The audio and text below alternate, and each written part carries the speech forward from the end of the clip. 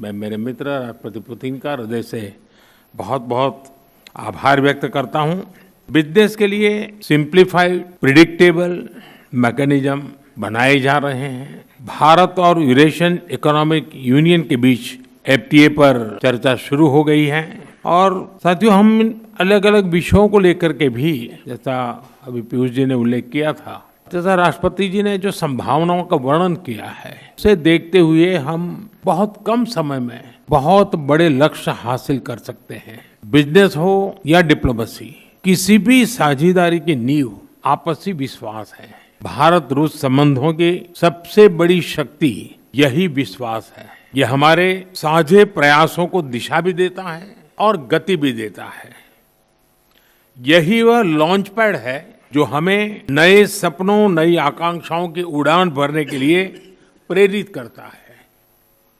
पिछले वर्ष राष्ट्रपति पुतिन और मैंने 2030 तक व्यापार को $100 बिलियन का उस लक्ष्य को पार करने का हमने निर्धार किया था। लेकिन कल से मेरी जो राष्ट्रपति पुतिन से बात हो रही है और जिस प्रकार के पोटेंशियल नजर आ रहे हैं, मुझे नहीं लगता कि हमें 2030 तक इंतजार करना पड़ेगा।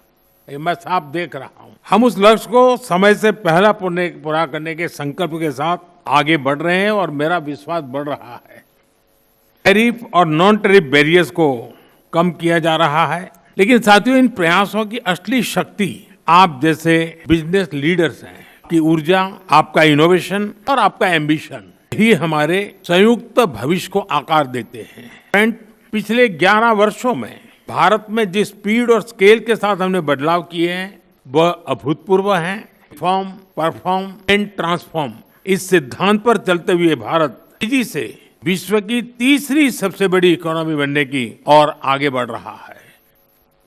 और 11 वर्षों की इस रिफॉर्म यात्रा में हम न थके हैं, हम न रुके हैं। हमारे संकल्प पहले से ज्यादा मजबूत हैं और हम लक्ष्य की दिशा में बड़े आत्मविश्वास के साथ बहुत तेज गति से आगे बढ़ रहे हैं।